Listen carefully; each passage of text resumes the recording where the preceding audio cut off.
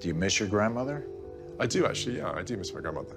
And my grandfather, particularly being in Windsor. For me, Windsor is hers. Sometimes I'd come round and have a bit of tea with her because she had the best teas ever. As the dust began to settle, another discovery hinted that the story was far from over.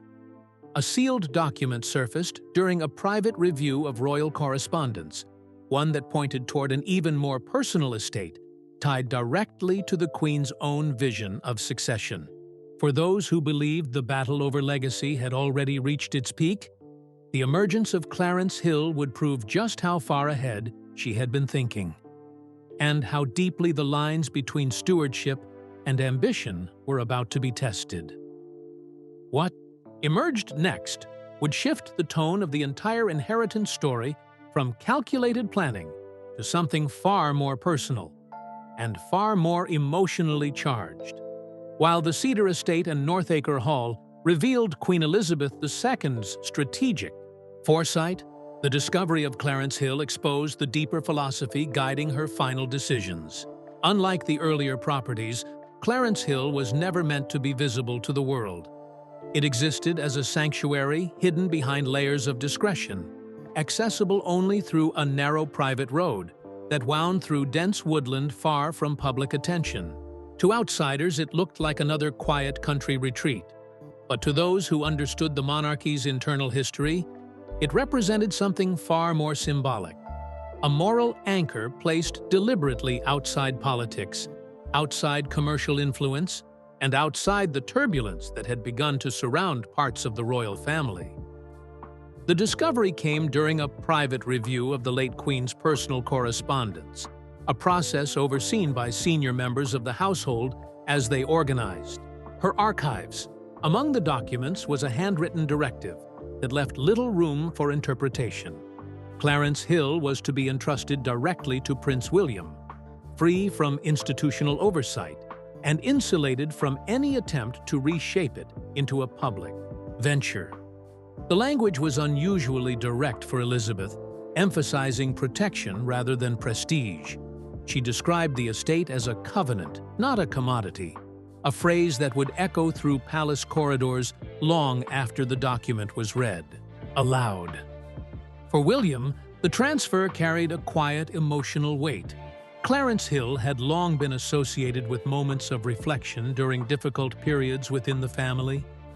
It was a place where the late Queen withdrew when headlines grew loud, or tensions rose behind closed doors. To her, it symbolized stability, a reminder that monarchy was not sustained by attention or profit, but by restraint. Those close to the Prince of Wales later suggested that he understood this instinctively, treating the estate not as an acquisition, but as a responsibility that demanded silence rather than celebration. Not everyone interpreted the transfer in the same way. Behind the scenes, discussions that had previously focused on modernization shifted toward Clarence Hill almost immediately. To some advisors and investors, the property represented an opportunity waiting to be realized.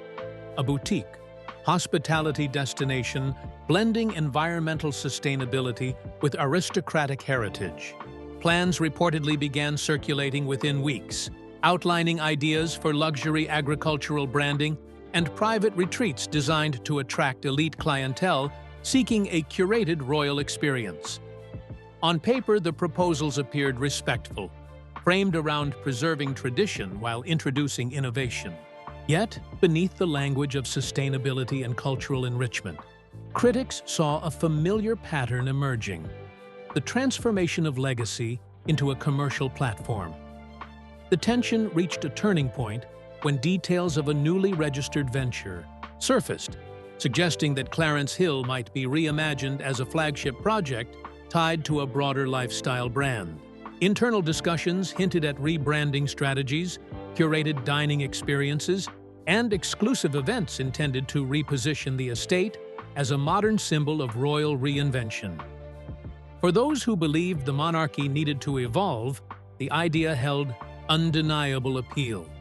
But for others, particularly those loyal to the late Queen's vision, it represented a direct challenge to the principles she had carefully outlined. William's response was measured but decisive. Rather than confronting the proposals publicly, he relied on the legal structures already embedded within the Queen's directive. The estate's transfer had been completed through a framework that left little room for reinterpretation, ensuring that ownership and stewardship remained inseparable.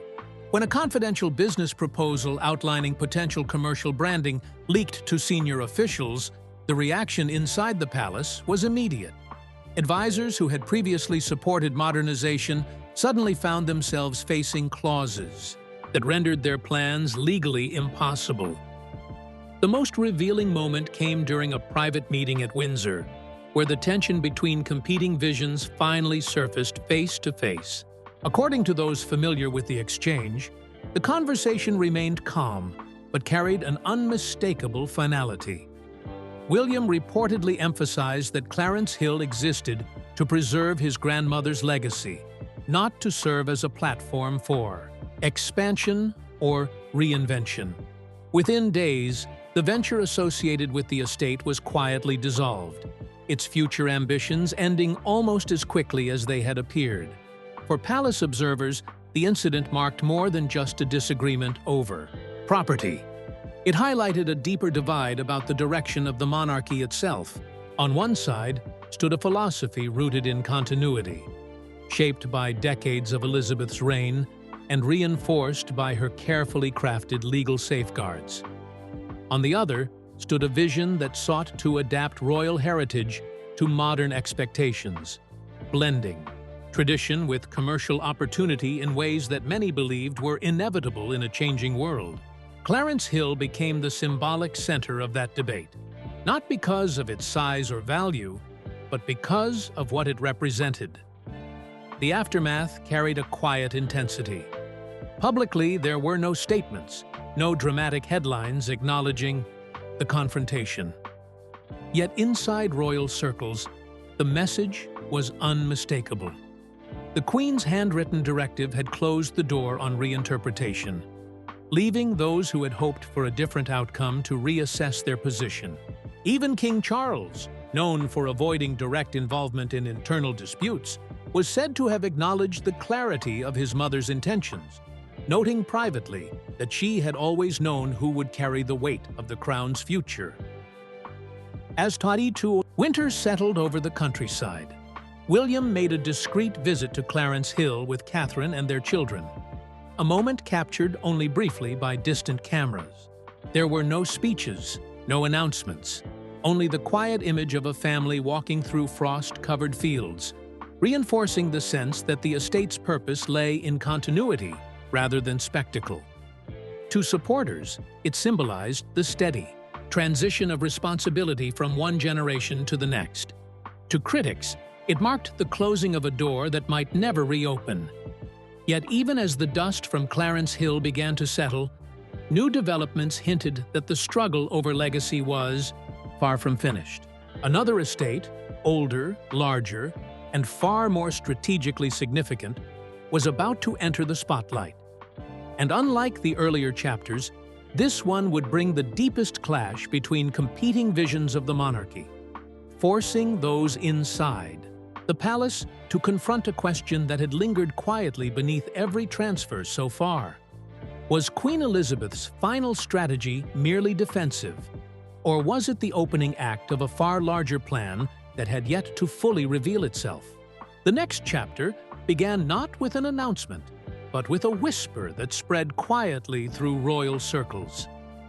Greystone Downs. Until that moment, many believed the transfer of Clarence Hill marked the emotional peak of the late Queen's strategy. But Greystone Downs would reveal that the real confrontation between stewardship and ambition had only just begun. Hidden behind centuries-old woodland and protected under layers of conservation law, the estate carried a symbolism that extended far beyond its size or value.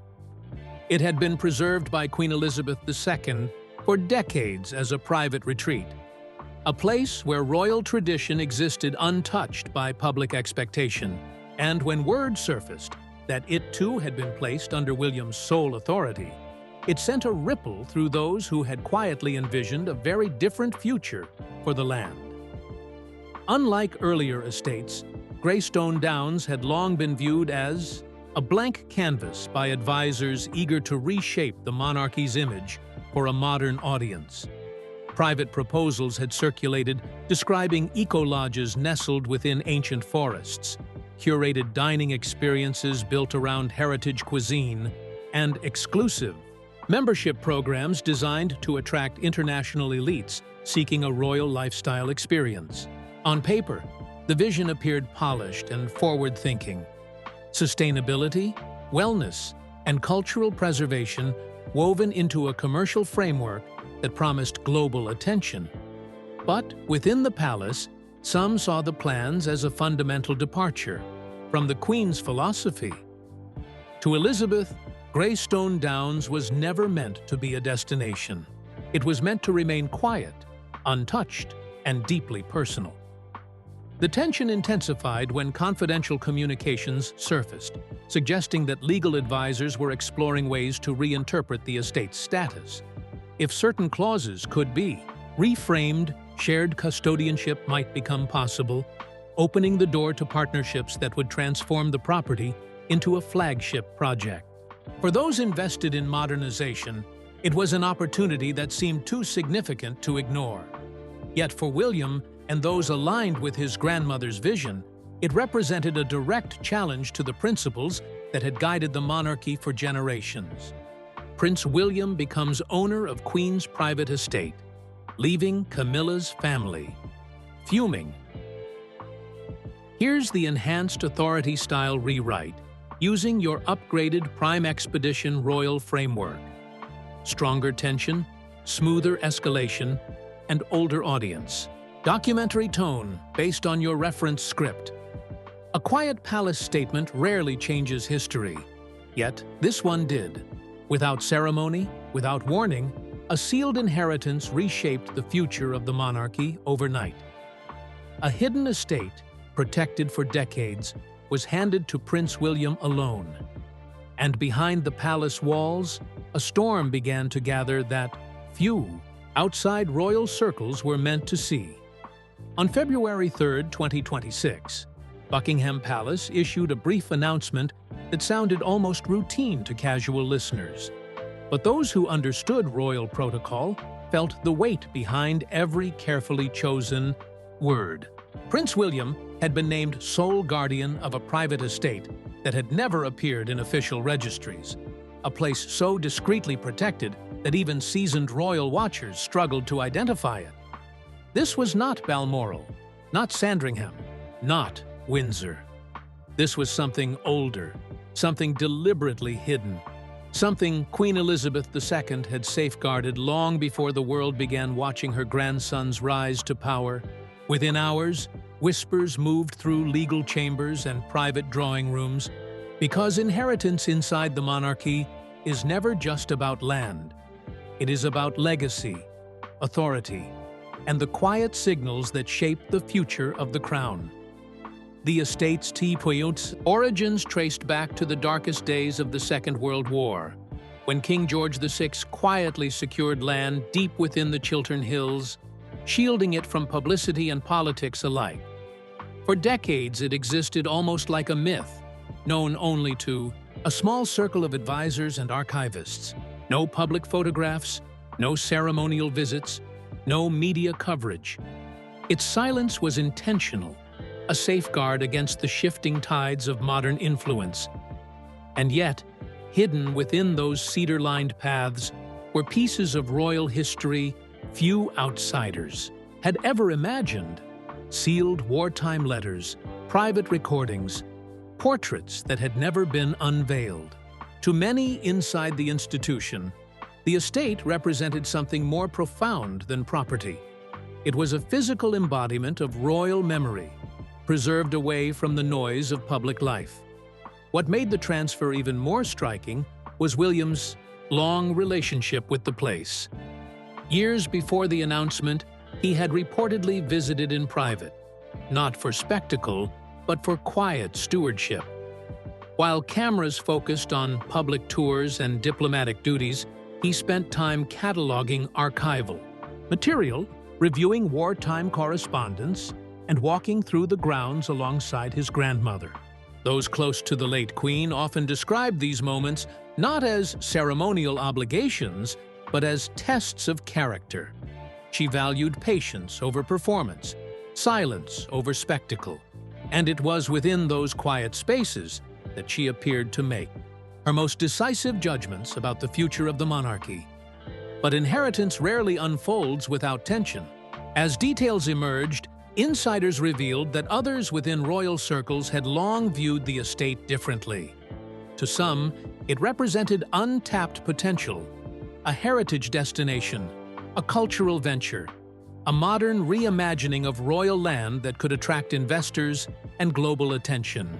Private proposals had circulated quietly in recent years, dressed in language of sustainability and cultural preservation. Yet beneath that polished vision lay a commercial ambition that clashed sharply with the Queen's emphasis on stewardship.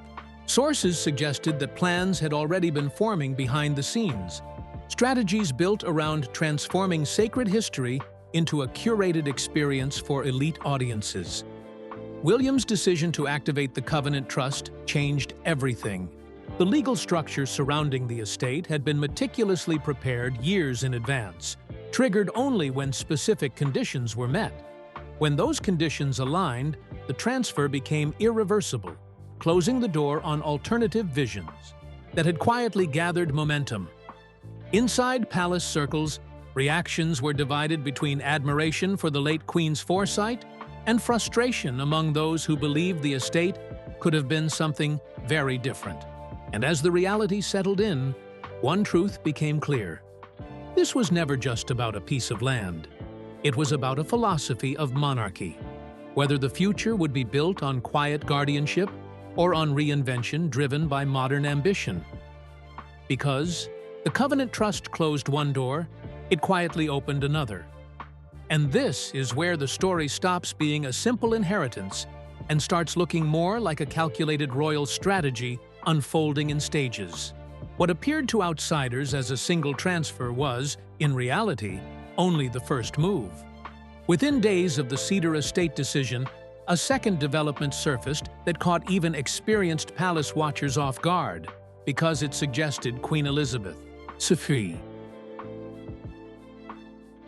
had been planning far beyond one estate, far beyond one moment, and far beyond the expectations of those who believed they understood the internal balance of power. Just 3 days before the public announcement, land registry records were quietly updated to reflect a change that had been years in the making. Northacre Hall, a sprawling heritage property tied to centuries of royal tradition, had been reclassified long before the Queen's passing. To most observers, it had always been considered a secondary retreat, a place for hunting weekends and discreet diplomatic gatherings. But behind the scenes, its legal status had shifted from a shared royal asset into a private sovereign holding. That distinction mattered more than anyone realized at the time, because it meant the property could bypass institutional inheritance entirely and move directly under the Queen's personal will. The timing was not accidental. Documents prepared in the final months of her life revealed that Elizabeth had deliberately positioned Northacre Hall as a sanctuary for the next generation, a quiet stronghold rather than a public showcase. Insiders described the decision as unusually precise, a sign that she was anticipating challenges that had not yet reached the public eye. When William's name appeared as the designated steward, it reinforced a pattern that was becoming impossible to ignore. Estate by estate, clause by clause, the late monarch seemed to be building a protective framework around him, ensuring that control remained tied to responsibility rather than influence. Yet, while these legal preparations were unfolding, in silence, alternative visions were also taking shape. Private discussions had circulated about transforming Northacre into a luxury heritage destination, a farm-to-table culinary retreat, a boutique hotel surrounded by ancient woodland, a place where royal tradition could be repackaged for a modern audience willing to pay for exclusivity. The proposal sounded refined on paper, filled with language about sustainability and cultural preservation. But those familiar with palace dynamics sensed something deeper beneath the surface. The plan leaned heavily toward commercial reinvention, and its backers believed the estate's untapped licensing potential could redefine its future entirely. According to sources close to royal advisors, those ambitions began to clash with the Queen's intentions as early as 2023. Quiet lobbying intensified, conversations moved into private receptions, and investors with global connections started appearing at discreet gatherings. Publicly, these meetings were framed as cultural discussions or heritage initiatives, but internally, they raised alarms among those tasked with protecting the monarchy's long-term stability. For Elizabeth, legacy was never meant to be a brand. It was meant to endure without being reshaped by trends or external pressures. William's response, as described by palace insiders, remained consistent with the approach he had taken toward the Cedar estate. Rather than confronting anyone publicly, he relied on the legal architecture already established. The covenant framework surrounding Northacre ensured that ownership could not be diluted through shared custodianship or external partnerships. When a late attempt surfaced to explore leasing part of the surrounding orchard under a heritage collaboration model, the duchy's legal team reportedly rejected it within hours, citing inheritance protection written years earlier. To those watching closely, it felt less like a reaction and more like a pre-planned countermeasure activating exactly when it was needed. What made the moment particularly striking was the emotional undercurrent running beneath the legal maneuvering. Palace staff described an atmosphere that shifted from quiet expectation to restrained tension. Some believed the estate represented a missed opportunity for modernization, while others saw it as proof that the Queen's vision for the monarchy's future rested firmly on continuity rather than transformation. William himself remained largely silent, declining invitations to events that hinted at commercial expansion, and instead focusing on reinforcing the trust structures that had already been sealed.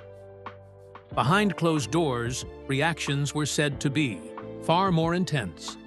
Advisors who had anticipated a shared management model suddenly found themselves locked out of negotiations entirely. Investors who believed the estate might become a flagship heritage venture began reassessing their plans, and within the palace hierarchy, a realization slowly settled in. This was not an isolated decision. The Cedar estate had been the opening move, but Northacre revealed the scale of the strategy. The Queen had not left one inheritance behind. She had orchestrated a series of transfers designed to shape the monarchy long after her passing. Princess Anne's involvement marked a turning point. Known for her measured judgment and unwavering loyalty to the late Queen's intentions, she reportedly intercepted correspondence that revealed the scale of the proposed changes.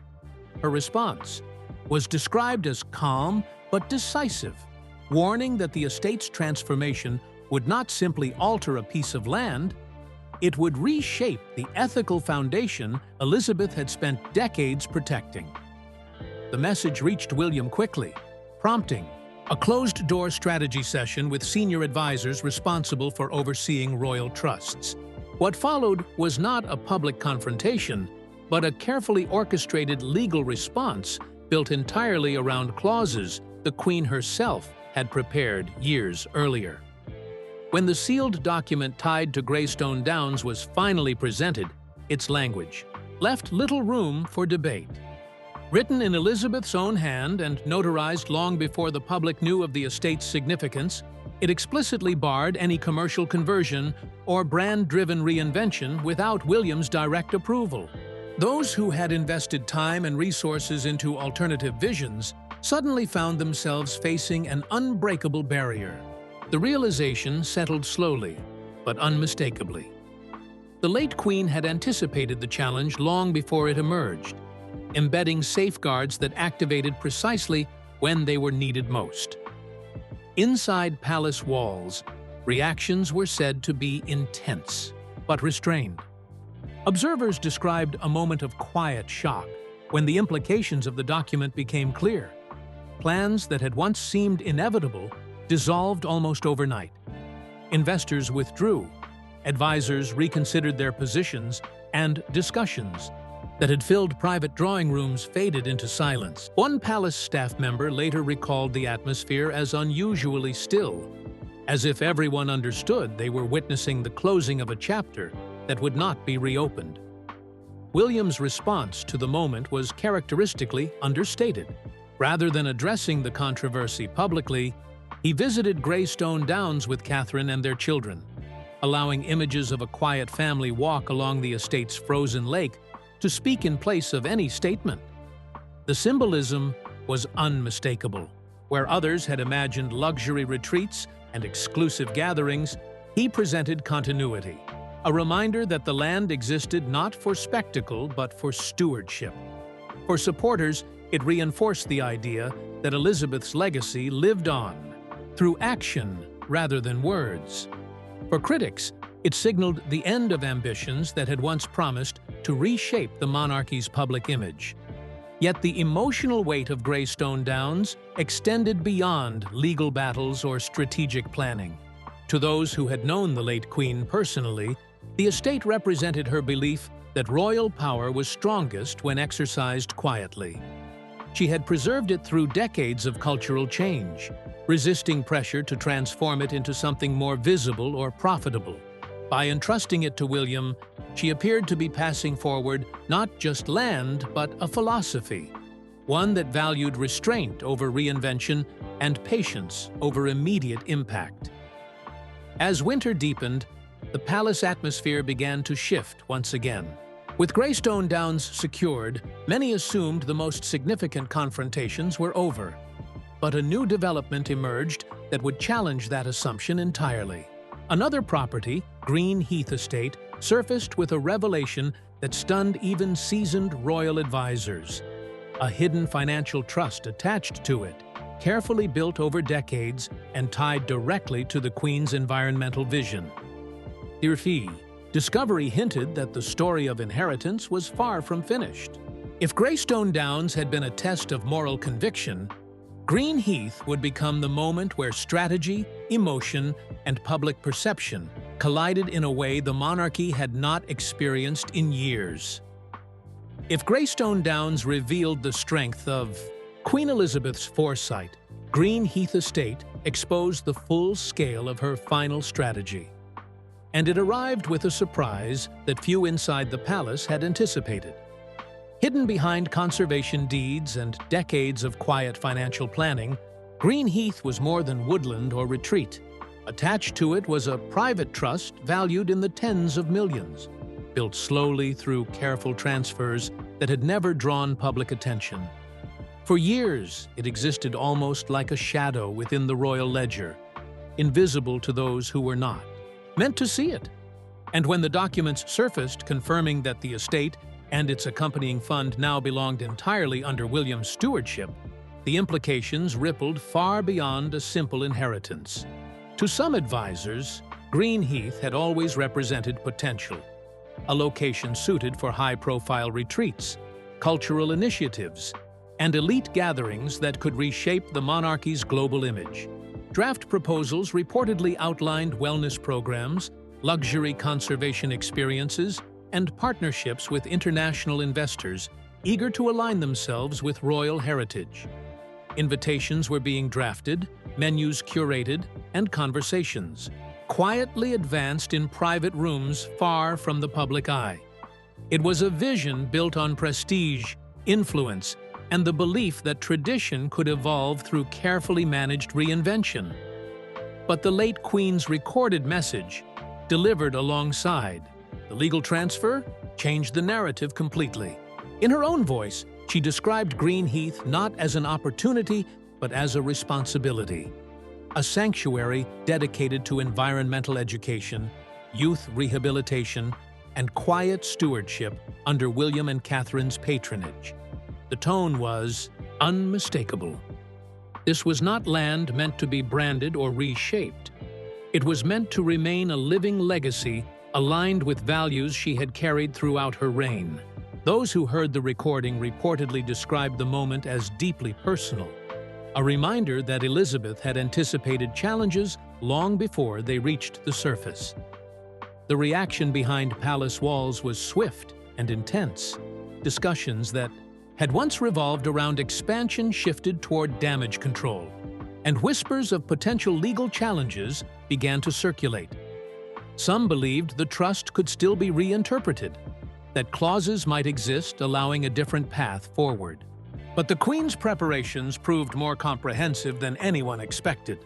Within days, senior advisors confirmed that the legal framework surrounding Greenheath left almost no room for dispute, reinforcing William's authority while shielding the estate from commercial transformation. Publicly, the moment unfolded, with remarkable restraint. William arrived at the estate gates early one morning without ceremony, signing the charter that established the Greenheath Royal Future Trust. There were no speeches, no press conferences, only the quiet image of a future king committing to a vision that emphasized patience over profit. Observers noted the contrast between the silence of the signing and the intensity of the debates that had preceded it. Where others had envisioned grand openings and international partnerships, he chose a path defined by continuity. As the story moved toward its final chapter, Oakridge Estate emerged as the most symbolic transfer of all. Unlike the earlier properties, Oakridge carried a deeply personal history tied to William's childhood and the Queen's own moments of reflection during times of family strain. Hidden within forests and untouched landscapes, it was less about strategy and more about legacy in its purest form. The Queen's handwritten clause associated with the estate left little ambiguity.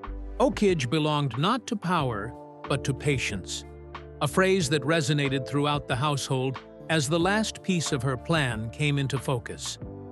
When the sealed envelope confirming the transfer reached government officials, it underscored the ideu scale of Elizabeth's foresight. She had not simply distributed land, she had constructed a layered legal fortress designed to withstand ambition, pressure, and the unpredictable dynamics of royal life. Estate by estate, she had ensured that stewardship remained tied to responsibility rather than influence. Even those who once questioned her decisions began to recognize the consistency of her vision. Every clause, every trust, every handwritten note pointed toward the same conclusion. She had chosen William not for status, but for the quiet steadiness she believed the future required. The final days of the transfer process unfolded without drama, yet the symbolism was impossible to ignore. William walked through Oakridge alongside Catherine and their children, the next generation stepping into spaces shaped by decades of preparation. There were no grand declarations, only small moments captured at a distance. A father answering questions about history, children exploring paths once walked by their great-grandmother, a family absorbing the weight of a legacy that now rested firmly in their hands. To supporters, it represented continuity. To critics, it marked the closing of doors that might never reopen. And that is perhaps the most revealing part of this entire story. The Queen's final moves were not loud or confrontational. They were precise, patient, and almost invisible until the moment they became irreversible. What appeared at first to be a single inheritance was, in truth, a carefully orchestrated sequence designed to shape the monarchy long after she was gone. Ambitions that once seemed unstoppable were rendered structurally impossible, not through conflict but through preparation written years in advance. As the sun rose over Windsor and the dust finally settled, one question remained quietly hanging in the air. Was this merely the end of a legal battle, or the beginning of a new era defined by restraint and stewardship? Only time will reveal how William chooses to carry the responsibility entrusted to him. But one thing is certain: the estates he inherited are not trophies to be displayed. They are promises to be protected. If you followed this story, from the first quiet announcement to the final transfer, share your thoughts below. Do you believe Queen Elizabeth's strategy secured the monarchy's future? Or did it close the door on modernization forever? Subscribe and stay with us, because this chapter may have ended, but the real test begins now. Watching how the next generation transforms legacy into action.